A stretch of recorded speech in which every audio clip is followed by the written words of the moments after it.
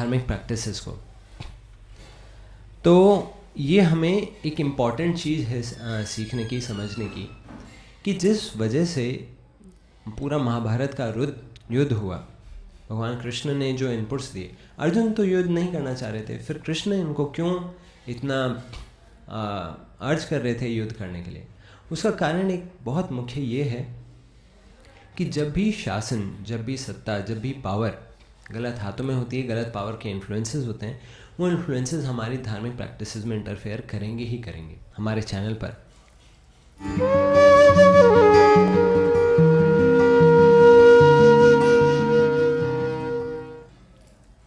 तो आज हम चर्चा कर रहे हैं इस विषय पर कि रीसेंट जो अटैक्स हुए हिंदूज़ और हिंदू टेम्पल्स पर, दुर्गा पूजा पंडाल्स पर, उनमें से कैसी जो शिक्षाएं हम ले सकते हैं, उनमें से 5 महत्वपूर्ण पॉइंट्स मैं आज आपके साथ चर्चा कर रहा हूँ।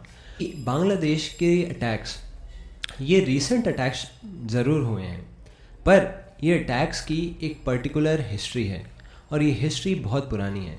1950 से ही ये अटैक शुरू हो गए थे। फिर 1970s में जब बांग्लादेश लिबरेशन के लिए जो प्रयास किया था भारत ने, जो सफल हुआ था उस समय पर, और उसके बाद बीच बीच में काफ़ी फ्रीक्वेंसीज़ में, स्पेशली दुर्गा पूजा के इवेंट पर ये इवेंट्स होते रहे हैं। अब में से कुछ लोगों को जानकर ये हैरानी होगी, ये इवेंट्स कोई आइसोलेटेड इवेंट्स नहीं है, बांग्लादेश में ये पूरी एक हिस्ट्री है। और इसी वजह से जो अब हमें 5 इंपॉर्टेंट लेसन्स डिराइव करने चाहिए इन रीसेंट अटैक्स से, उनमें से पहला जो मैं चर्चा करना चाहूँगा वो ये है मुस्लिम रैडिकलिज्म। ऑफ कोर्स ये बहुत ऑब्वियस और बहुत कॉमन सेंस की बात है, पर इतनी कॉमन सेंस की बात है, इस पर ज़्यादातर लोग ध्यान नहीं देना चाहते, ज़्यादातर मीडिया हाउसेस ध्यान नहीं देना चाहते, स्पेशली इंटरनेशनल मीडिया ध्यान नहीं देना चाहती, international politics, international governments, United Nations, उनको स्टेटमेंट के लिए रिक्वेस्ट करना पड़ा था इन इवेंट्स के ऊपर। क्यों? क्योंकि मुस्लिम रेडिकलिज्म एक बहुत सेंसिटिव टॉपिक है और ये बहुत क्लोजली रिलेटेड है इस्लाम और उसकी प्रैक्टिसेस से। इस्लाम के ऊपर डायरेक्टली हम आज चर्चा नहीं करेंगे, ये बहुत बड़ा और विशाल विषय है। मुख्य प्राय रूप से लोग सोचते हैं कि इस्लाम ही अपने आप में रेडिकल है। इसमें कई तरीके की ओपिनियंस, कई तरीके की डिबेट्स मुस्लिम और हिंदू दोनों साइड से मिलते हैं। आज जो हम विशेष रूप से चर्चा कर रहे हैं वो इस्लाम की प्रैक्टिस, जिस रूप से इस्लाम कुरान में नहीं, जिस रूप से इस्लाम प्रैक्टिस किया जाता है उसके प्रैक्टिशनर्स के द्वारा, उनके इंस्टीट्यूशंस में जहाँ पर इस्लाम गवर्नमेंट्स हैं, तो वहाँ पर हम चर्चा करेंगे कि कितना रेडिकलिज्म प्रेजेंट है। और हम चर्चा करेंगे किस प्रकार से जिन नेशंस में इस्लामिक गवर्नमेंट्स हैं वो कैसे इन्वॉल्व हो जाती हैं इस्लामिक रेडिकलिज्म में। तो हाल ही में जो अटैक्स हुए हैं उसमें ये दोबारा सामने आ रहा है ऐसे इंस्टीट्यूशंस, जमात-ए इस्लामिया। ये जमात-ए इस्लामिया बनाई गई थी मौदूदी जी के द्वारा, और इनके विकिपीडिया पर थोड़ी सी देर के रिसर्च में पता चल रहा था कि उनकी क्या आइडियोलॉजी थी इस्लाम को लेकर और इस्लाम के इम्प्लीमेंटेशन और स्टेट में गवर्नमेंट्स को लेकर।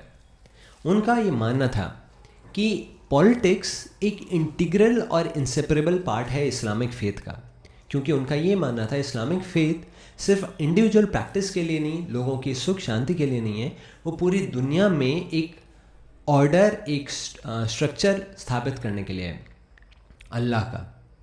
और इसीलिए उन्होंने बोला था पॉलिटिक्स की बहुत ज़्यादा रिक्वायरमेंट है, क्योंकि पॉलिटिक्स के माध्यम से ही हम लोगों को कंट्रोल और कन्वर्ट कर सकते हैं।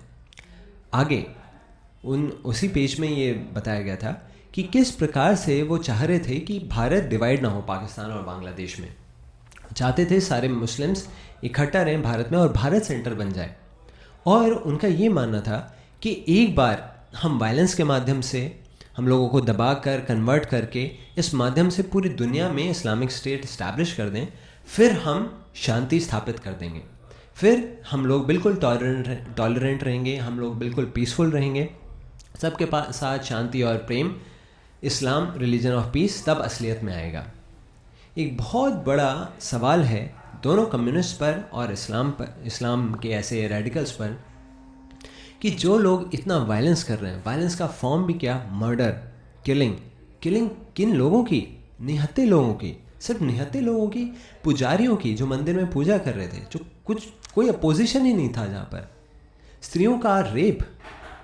और ये सब करने के बाद एक बार वो कन्वर्ट कर देते हैं और एकदम से आपके हृदय से वो सारी फीलिंग्स चली जाएंगी। एकदम से आप किसी से डील करते हुए बहुत सहनशील रहेंगे। बिल्कुल आइडियलिज्म, बेवकूफ़ी या फिर फेरी टेल्स की बातें लगती हैं सुनने से भी, और कोई समझदार व्यक्ति भी इनको अप्रिशिएट करेगा। और अगर आप आगे देखें, सिर्फ ये जमात इस्लामिया नहीं है, हालांकि जो हमारे न्यूज़पेपर्स हैं उन्होंने सिर्फ इसको हाईलाइट किया है, कुछ पॉलिटिकल रीजंस की वजह से कुछ मीडिया हाउसेस ने, और जो बांग्लादेश में इन ग्राउंड जो लीडर्स हैं माइनॉरिटीज़ के, वो बता रहे हैं जो रूलिंग गवर्नमेंट भी है उसके भी प्रोमिनेंट लीडर्स शामिल हुए थे इन सारे राइट्स में। तो ये मुस्लिम रेडिकलिज्म, इस पर हमें ज़रूर विचार करना चाहिए। सेकेंड इम्पॉर्टेंट लेसन जो हम इस पूरे इवेंट से सीख सकते हैं वो ये है प्रोपेगेंडा।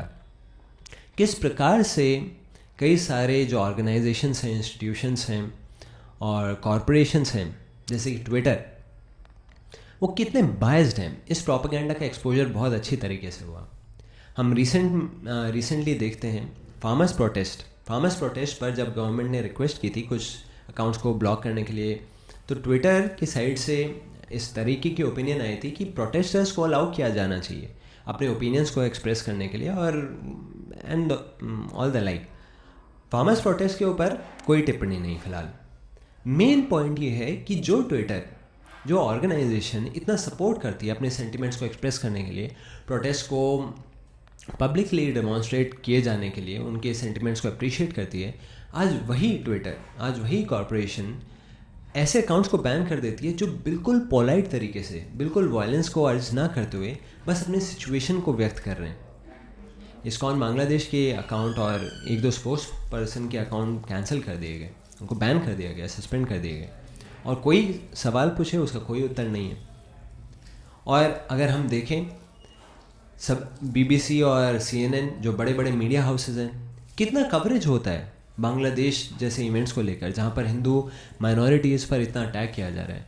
इतने सारे सालों से अटैक चल रहे हैं, कई दशक हो चुके हैं, कितनी इनको प्रोमिनेंस मिलती है। पर अगर कहीं से भी इनके एजेंडा को सपोर्ट करते हुए, इनकी आइडियोलॉजी को सपोर्ट करते हुए कोई छोटा सा भी इंसिडेंट हो जाए, कि इस तरीके की चुप्पी, इस तरीके का बायस, मीडिया हाउसेस जो इतने रिस्पॉन्सिबिलिटी रखते हैं, इतने लोगों के ओपिनियंस को इन्फ्लुएंस करते हैं, इतने लोगों को अवेयर करने की रिस्पॉन्सिबिलिटी रखते हैं, उनके साथ ऐसा हो रहा है, वो ऐसा कर रहे हैं। और इंटेलेक्चुअल्स की हम बात करें, इंटेलेक्चुअल्स कहाँ हैं? कोई दिख रहे हैं इंटेलेक्चुअल्स? किधर हैं उनके स्टेटमेंट्स? बड़े हैरानी की बात थी जब लास्ट टाइम तालिबान में जो इवेंट्स हुए थे, अफ़गानिस्तान में जो इवेंट्स हुए थे तालिबान की वजह से, तब उसके जस्ट कुछ दिनों बाद ये कॉन्फ्रेंस ऑर्गेनाइज की गई थी, डिस्मैंटलिंग ग्लोबल हिंदुत्व।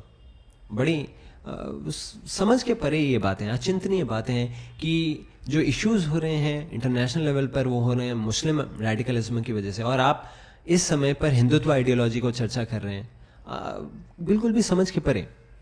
और जब ऐसे माइनॉरिटी अटैक्स हो गए हैं बांग्लादेश में, एक्सपेक्ट कीजिए एक और इंटरनेशनल कॉन्फ्रेंस हो सकती है बहुत ही जल्दी, क्योंकि असली डेंजर हमें हिंदुत्व आइडियोलॉजी से, और उसको हम इग्नोर नहीं कर सकते, चाहे पूरी दुनिया जल रही हो, लोग मर रहे हों, इतना हेट क्राइम्स हुआ। थर्ड इम्पॉर्टेंट चीज़ जो आज मैं डिस्कस करना चाहूँगा आपके साथ, वो ये है कि न्यूट्रलिटी एक सॉल्यूशन नहीं है। बस शांत रह जाना, चुप्पी साध लेना और इस विषय की चर्चा न करना, उससे कुछ नहीं बदलने वाला। अगर किसी घर में आग लग रही है, आप उसके बारे में बात ना करें, आप फायर ब्रिगेड ना बनाएं, आप शोर ना मचाएं, ठीक है, आप ये सब कर सकते हैं, लोगों में अवेयरनेस नहीं होगी, एक इशू नहीं बनेगा लोगों में, पर क्या वो जलता हुआ घर बच जाएगा? इस सवाल का क्या आपके पास उत्तर है? ऑफ कोर्स वो जलता हुआ घर बिल्कुल 1930s से 1940s 50s से लेकर अभी 2000s तक इतने दशकों से होते हुए आ रहे practically genocide, ethnic cleansing Hindus की जो हो रही है बांग्लादेश में, उसके बारे में बस शांत हो जाना कोई सोल्यूशन नहीं है। इतने लोगों की हत्या, इतने लोगों के फोर्स कन्वर्जन्स, गैंग रेप्स होते रहे हैं। उनकी जो हिंदूज़ बांग्लादेश में 1/3 थे, प्रैक्टिकली उनकी परसेंटेज 8% रह गई। 2011 के ये स्टैटिस्टिक्स हैं, और अभी 2%, 3%, 4%, किसको पता। और वो लोग, और उन्हें हमारी हेल्प की ज़रूरत है, हर किसी की हेल्प की ज़रूरत है।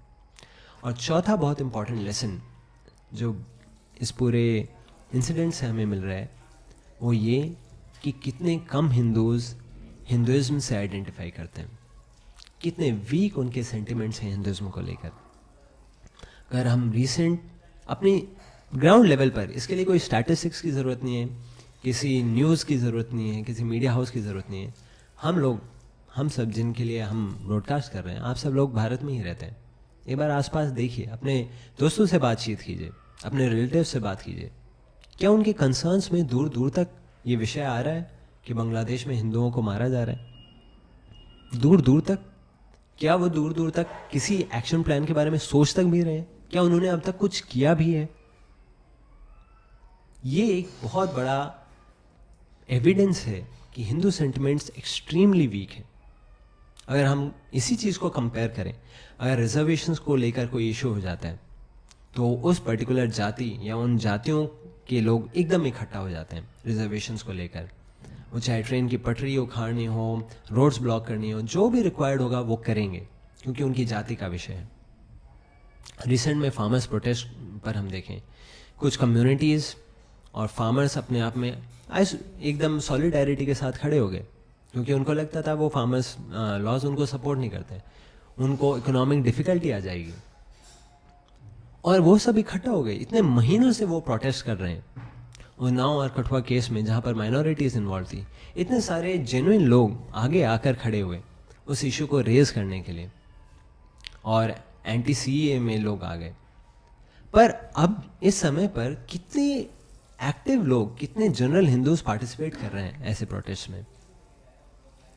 कितनी कम्युनिटीज़ अपने आप को रिलेटेड फील कर रही हैं हिंदूज के ऊपर होते हुए वायलेंस से, हिंदुइज्म से? या सिर्फ वो कम्युनिटीज़ रह गई हैं छोटी छोटी?